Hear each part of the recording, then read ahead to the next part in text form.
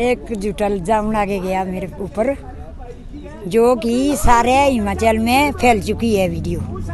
ठीक है, मेरे पास घर में परिवार भी है, मैं अकेली औरत हूँ, 2 लड़कियाँ मेरे पास जवान है। तो जब मेरे को दिखाई दी गई, मैं तो अनपढ़ हूँ, जब एक दूसरे ने लड़की ने दिखाई और बहू ने दिखाई, तब मैंने सोचा रिश्तेदार फोन करने लगे। मैंने बोला ऐसा कुछ हुआ ही नहीं, क्या भी बंदा मिला ही नहीं मेरे को, ऐसा कैसे हुआ?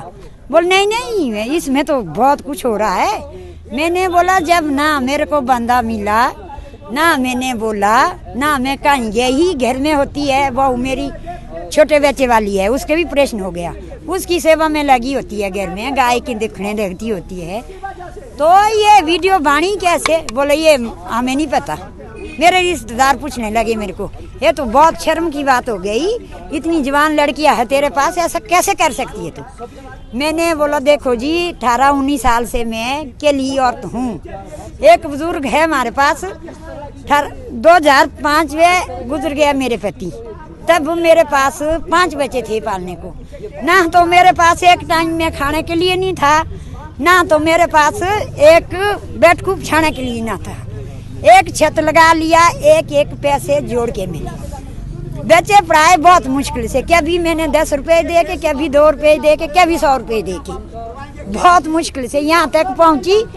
अब क्यों करना चाहते हैं गाँव वाले मेरे को तंग? उसी में है मेरे को दुख, बाकी दुख मेरे को कुछ नहीं है। बच्चे मैंने इतने बड़े किए बहुत मुश्किल से, कभी मैं सही ढंग से सोई नहीं, कभी सही ढंग से खाई नहीं, कभी मैंने अच्छे कपड़े नहीं लगाए, ना मैंने कभी रोटी नहीं खाई, कभी रिश्तेदार में नहीं गई। बच्चे पालते पालते मैं इतनी बूढ़ी हो चुकी हूँ, अब मेरे पास इससे ज्यादा हिम्मत नहीं है, इसलिए आई हूँ ये।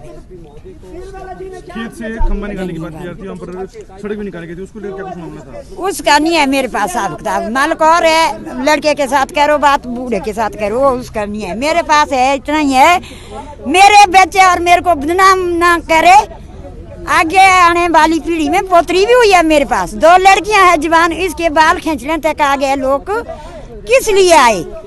जबकि मैंने एक पैसे जोड़ के एक सारी जिंदगी खत्म कर दी ना। इनके बड़े करते करते कभी शिमला में पढ़ाई, कभी घर में बहुत मुश्किल से किसी का ढाबा ढलाया, किसी की मेहनत कर करके जीवानी करके हल लगाए, इसके लिए खाने को भी चाहिए, लगाने के लिए भी चाहिए। तो इस तरह बहुत मुश्किल से गुजर रही हूँ मैं, तो मेरे को क्यों करना चाहते हैं लोग बदनाम? इस ढंग से मैं नहीं हूँ बदनाम, मेरे बच्चे है बदनाम, आगे पोतरी भी हुई है मेरे पास, इतना ही बोलना चाहती है।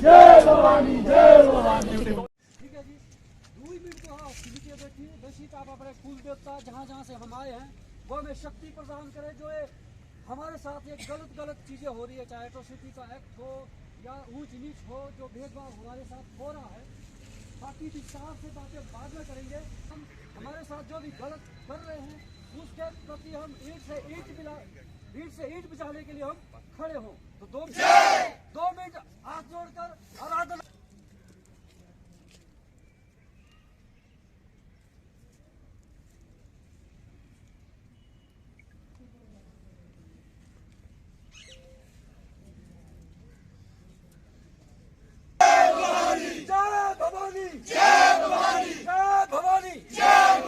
अभी हमारा रूट हम यहाँ से चलेंगे और पोलाइटली चलेंगे, जिसके लिए हम जाने जाते हैं, यहाँ से चलेंगे और फिर हम डीसी ऑफिस जाएंगे। सबसे पहले हम डीसी साहब से निवेदन करेंगे, उसके बाद हम एसपी मैडम से निवेदन करेंगे।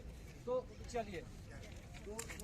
भवानी जय भवानी, जय भवानी, जय भवानी, जय भवानी, जय भवानी, जय भवानी, जय भवानी, जय भवानी, जय भवानी, जय भवानी, जय भवानी, जय भवानी, जय भवानी, जय भवानी, जय भवानी, जय भवानी, जय भवानी, जय भवानी। स्वागत जिंदाबाद, स्वागत जिंदाबाद, स्वागत जिंदाबाद, स्वागत जिंदाबाद, स्वागत जिंदाबाद। एट्रोसिटी एक्ट वापस लो, वापस लो, वापस लो। एट्रोसिटी एक्ट के खिलाफ वापस लो, वापस लो, वापस लो। झूठे केस वापस लो, वापस लो, वापस लो। झूठे केस वापस लो, वापस लो, वापस लो। झूठे केस वापस लो। पूरा मामला है जिसको लेकर आज आप लोग यहाँ प्रदर्शन कर रहे हैं? सबसे पहले मैं तमाम मीडिया बंधुओं को नमन करता हूं कि आप हमारे नोटिस में यहाँ पर आए। और ये जो प्रकरण है काफ़ी दिनों से सोशल मीडिया में आपने देखा होगा कि ये जाति सूचक शब्द के बोलने के उस पर है। एक्चुअली ये एक झूठा केस है। जो मेन जो इनका मुद्दा है वो सिविल कोर्ट में इनका कोई ज़मीनी झगड़ा है जो चला हुआ था, लेकिन इनकी कोर्ट की स्टे होने के बावजूद भी जो माननीय न्यायालय ने जो स्टे का कागज़ इनको दिया था, उसके बावजूद जब दूसरी पार्टी के पास कोई ऐसा चारा नहीं रहा तो उन्होंने एट्रोसिटी जो जाति सूचक शब्द का जो उन्होंने ब्लेम लगाया इनके ऊपर कि इन्होंने जाति सूचक अभद्र टिप्पणी इनके ऊपर की है। ऐसा कुछ नहीं है। इवन जब आप सोशल मीडिया की उस बाइट या जो भी उनकी वीडियो उसमें आप देखेंगे, उसमें 2 शख्स का नाम बताया गया है, श्रीमती निर्मला देवी का और उनके सुपुत्र का। लेकिन जब उनको पता चला कि उनका जो सुपुत्र है वो तो HRTC में कार्यरत है, तो जब FIR हुई, FIR सिर्फ निर्मला देवी जी के नाम पर हुई, तो ये बिल्कुल फेक और गलत तरीके से, मतलब ये स्वर्ण समाज को हताश करने के लिए ये बहुत बड़ा एक प्रोपोगंडा है, जिसके बारे में शायद हम लोग, हमारा मकसद यही है कि हमारे स्वर्ण समाज के लोग थोड़ा सा अवेयर हों। कहीं ऐसा ना हो कि निकट भविष्य में हम लोगों को अपनी अस्तित्व और अस्मिता के लिए लड़ना पड़े। ऐसा ना हो कि हमें अपने अधिकारों की लड़ाई को भी पीछे रखना पड़े, क्योंकि हमें डर रहता है कि कहीं ना कहीं एट्रोसिटी का एक्ट हमारे ऊपर ना लगे। क्योंकि आपको पता होगा कि इसमें बिना किसी बेल के आपको without any court trial you have to imprison 14 days और 14 दिन आपको कोर्ट ट्रायल के जेलों में रखा जाएगा। तो आप मान लो अगर उसके बाद, ट्रायल के बाद अगर वो जो पक्ष है वो विक्टिम नहीं होता है, तो उस कंडीशन में जो 14 दिन का उनका जो प्रताड़ना है उसका क्या मुआवजा है। तो मेरा अंत में यही पूरे समाज से, पूरे हिंदुस्तान से, पूरे भारतवर्ष से जितने भी हमारे समाज के लोग हैं, सभी समाज के लोग हैं, उनसे मैं यही कहना चाहूँगा कि आप आपसी प्रेम से रहें, आपसी सद्भावना से रहें। जो भी ये खासकर जो एट्रोसिटी का केस है, ये एज ए वेपन लोग यूज़ कर रहे हैं अपर समाज या जो भी स्वर्ण समाज को नीचा दिखाने के लिए। जी।